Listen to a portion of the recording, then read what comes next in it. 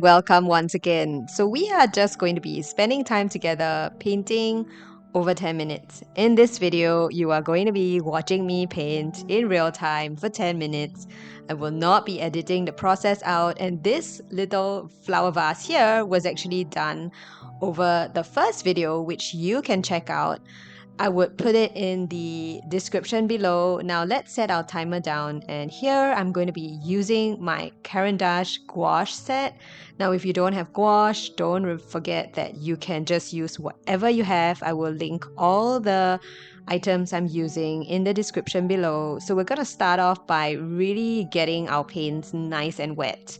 So we are going to be using a flat brush today, and this is actually a flat brush from Emma LaFay, and I just want to let you know that this video was actually captured as a live series which was done on Instagram, so you can actually go into my Instagram and also check the live version because it's of a different camera angle. Start off by picking a color that you love, and as you can tell, I'm always picking my lovely cool reds, which is my pinks. I love pink and it makes me happy. Now set the first mark on your paper, that's usually the hardest, and then everything else will flow. Using a flat brush means that the shape that you're going to get from your brush is going to be different from yesterday's version. Now here is where we are really just playing with whatever brush shapes we have. If you don't have a flat brush, try using a filbert. I encourage you to use a brush that you don't normally use. So this forces you to try something new. You're going to be creating new brain connections when we try new things. Now remember to also adjust the color value of your florals, because that way you are going to be able to showcase, overlapping petals, whether the flower is side facing and so on. I'm using the edge of my brush to just pull out some parts of the bud. And I apologize if you notice that the focus is more on the palette, unfortunately, and less on the painting here. But you can see that I'm just using the corner of my flat brush to just dab to get some petal marks. Now, when we are painting this, we are not focusing on the details. We want to just create big floral shapes.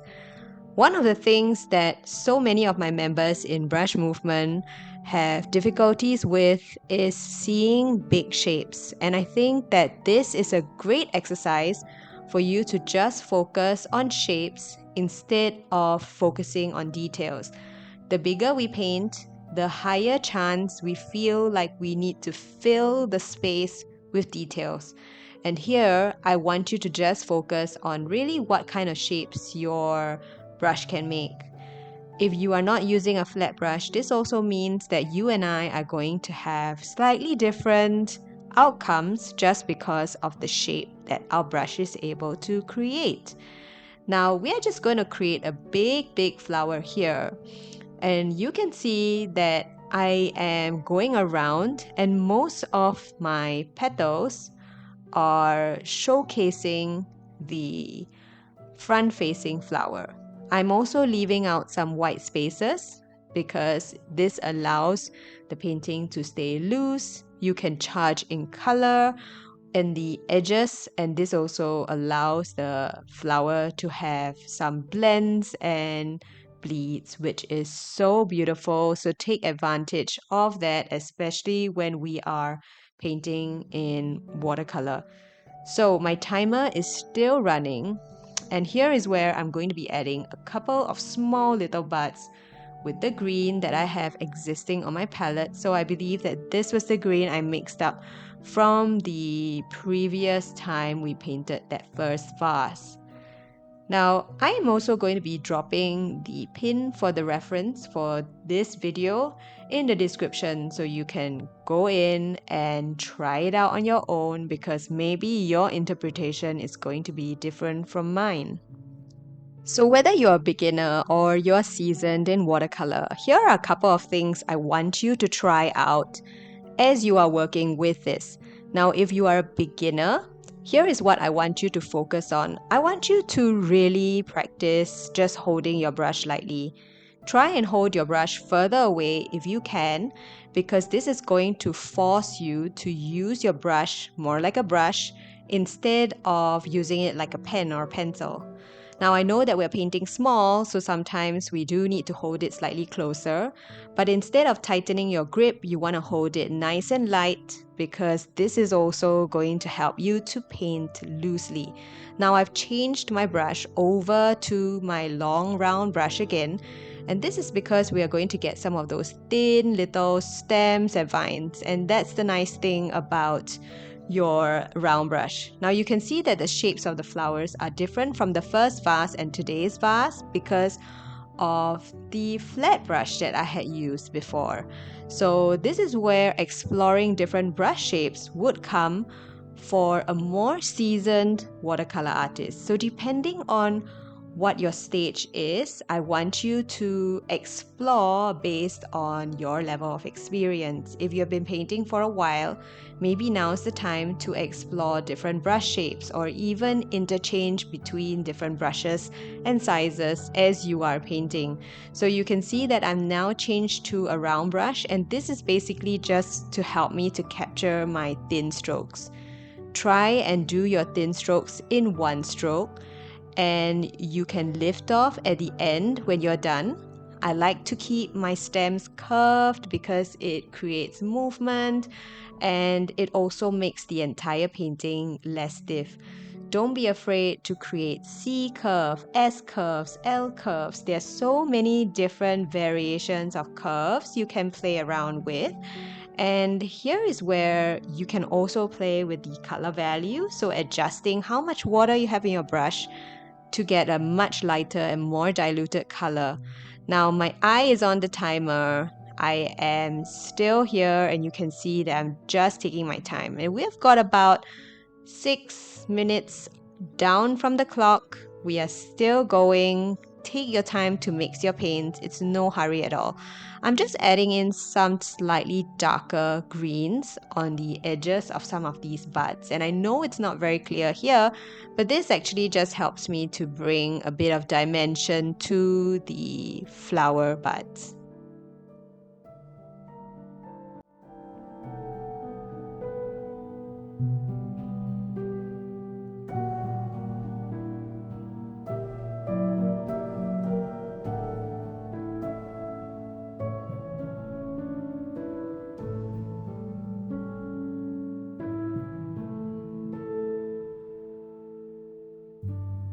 While you're here with me, I want to explore with you a couple of reasons why painting loosely is so tricky. Being so attracted to loose florals the first time I saw it, I want you to take this moment to just reflect on what drew you to loose florals. What do you like best about it? Because this reflection is a really important piece of information that you are going to need later in this video.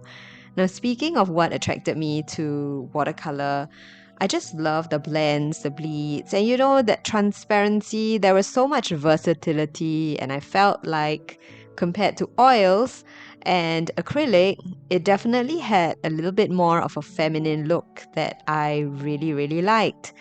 However, one of the things that I found tricky was how to capture shapes instead of details. And you see, our brains are mapped in such a way where we just want to fill in the gaps of things. When we see that something is abstract or loose, a part of ourselves want to finish it because it feels incomplete. But this is the thing about loose florals. It isn't so much about completing it, but it's about having the autonomy as an artist to choose which areas you want to leave out and which areas you want to focus on when you are capturing it. And that was what drew me to loose florals, and I feel like many artists miss the point in loose floral paintings because we are trying to mimic and copy and capture every single thing that we are seeing on the screen. And here is my encouragement to you. Just take a step back and think about what exactly you are drawn to in a reference photo. Then try and translate that into your painting. It does not have to be exact. Let the paint do the work. And that way, you would actually notice so much more freedom when you are painting instead of feeling confined by the reference that is sitting in front of you. Now, another reason why painting loosely is tricky is also the material choice. It's much harder to paint from smaller brushes and smaller scale, which, by the way, we are doing. And the reason why I've chosen to do these mini pots is also because I feel like they are quick to do.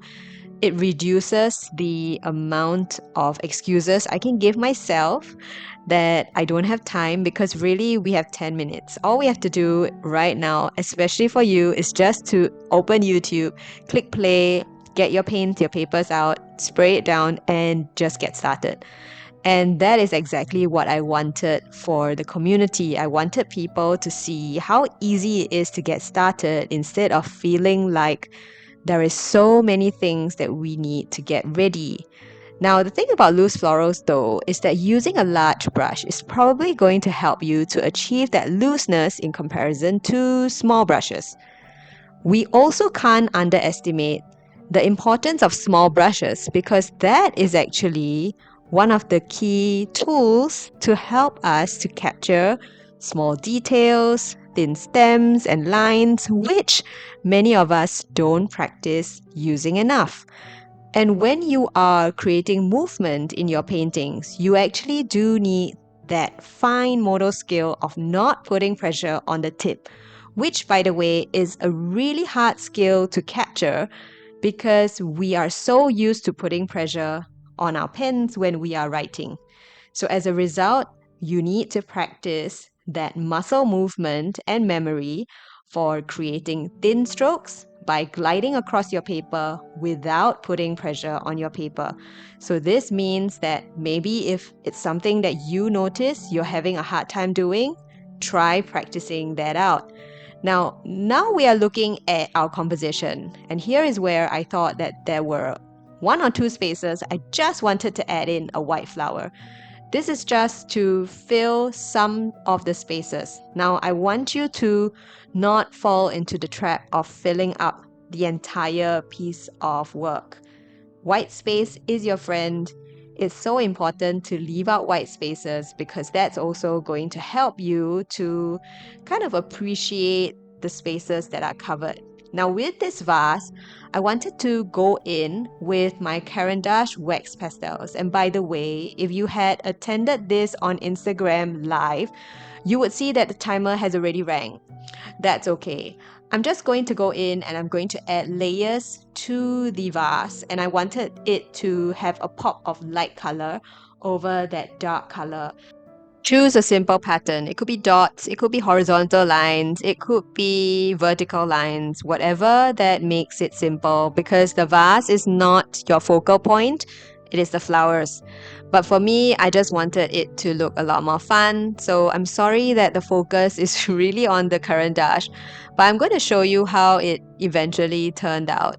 And I feel like it brought so much more life to the painting, even with some of those little scribbles. I can't wait to see how you explore your ability to make marks and use your brush. Remember all of the little things that I was sharing with you and the things that you can practice based on your level of experience. It's so important for us to start off by gaining confidence and building a relationship with our tools instead of trying to jumpstart and go further than we truly want. I can't wait for us to do this again. Chat with me in the comments, and until then, I'll see you again the next time we do this 10-minute practice.